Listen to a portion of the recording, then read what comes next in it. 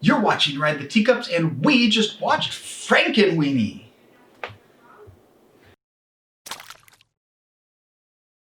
Now, to be very, very clear, this review is on the 1984 Frankenweenie short. It's a little over 20 minutes. We are not talking about the animated feature that came several decades later. This is the 1984 short.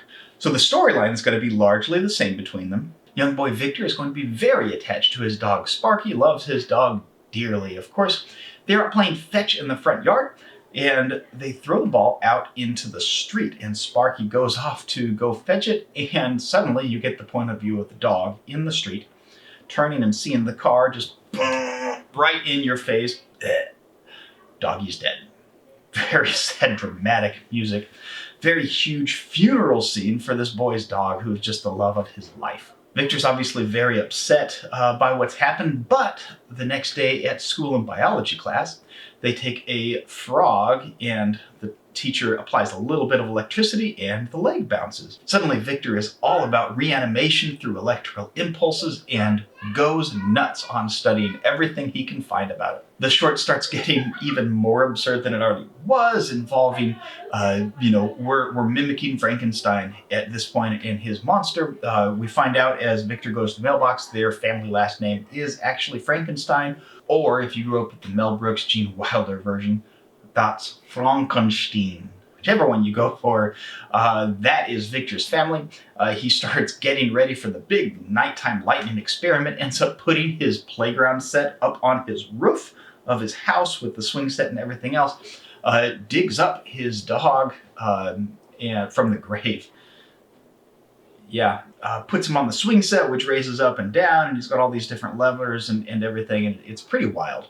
Of course, the electricity strikes one of the kites they have flying above the house, reanimates poor Sparky, who has come back to life. They have to keep him hidden from the neighbors, who eventually find out that he is alive. And I don't want to go spoiling the ending for you.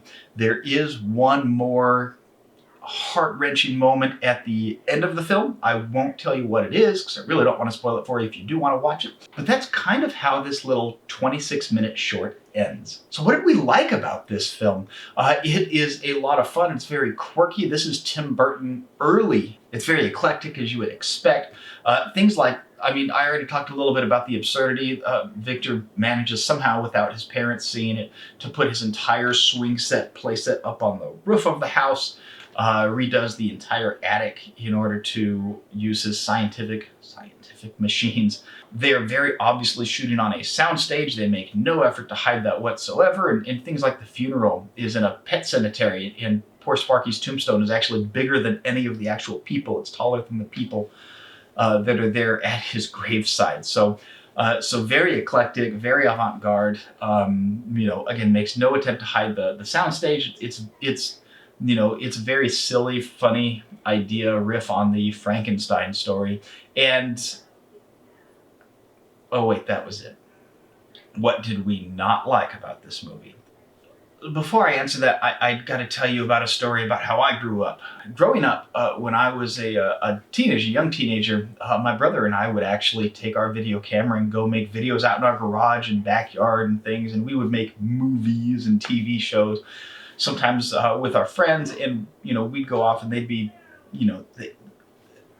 dumb, right? Like we would we filmed an episode, our own live action version of Rescue Rangers, where I used the garage door to magically open up the garage door, secret entrance layer, and just super campy, cheesy things like that, right? Like really dumb. Like it was silly to film as kids. It was fun, but I hold no reservations whatsoever that absolutely zero people would actually enjoy our work as entertainment. Well, this is that. Not amazing camera work, not amazing lighting, not amazing effects, not really an amazing script, not terribly amazing acting. They're obviously using like Sharpie on a dog's skin, so not good makeup. They had an idea, found a camcorder, and just filmed it, right? Now, obviously that's not what happened, but that's kind of what it feels like. I put You know, the fact that they recorded on an obvious soundstage and didn't try to hide it in the pros, well, that's obviously also a big negative for a lot of people, right? There's no immersion into this world they're trying to create. You're very, very obviously watching, you know, a short movie, and they make no effort to hide that whatsoever. In addition to that, this is a 26-minute film that has 3 really seriously psychologically traumatizing events. You start off with the death of a loved one, right? With poor Sparky right at the beginning. I mean, it's first few minutes. And I know that's the catalyst for the show, but it doesn't mean that's not like a traumatizing event.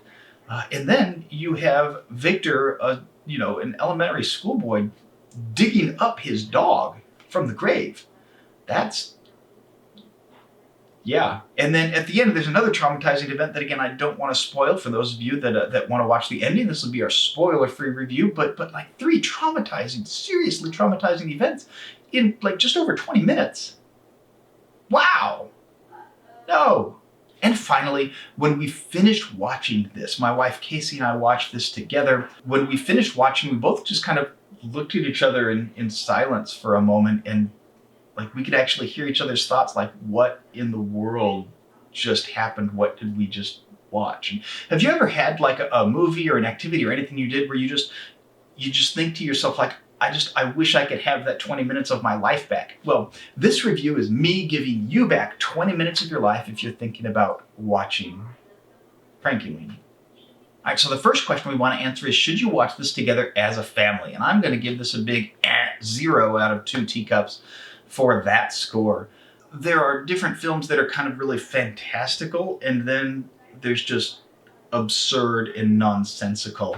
And this is deep into the nonsensical category. So, you know, as adults, it's probably something that most of you are not going to enjoy very much. And then your kids, we'll get into the next category in a second, but this is not something for your kids. They will be scarred. Just know that. Like, you were psychologically harming your kids, right? So just be aware, not for families.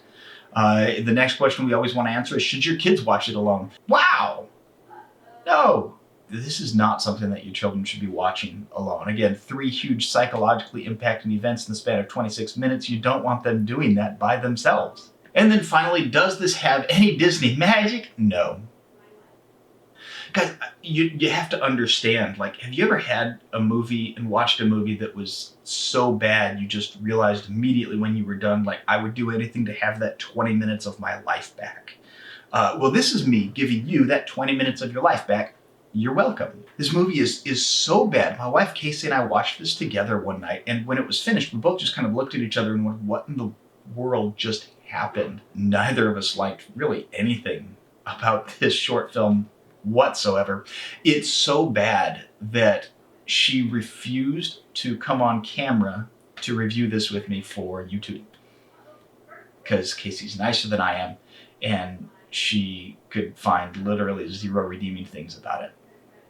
And finally, just in case you think I'm exaggerating, after Tim Burton made this film for Disney, Disney saw it, didn't air it, and fired Tim Burton and didn't work with him again for decades because of this film. So sorry to tell you, teapots, but that's a big 0 out of 5 teacups for us on our score. These reviews are really designed to help you find new things to watch as a family together, and sometimes it's for what to avoid, and this falls squarely in that latter category.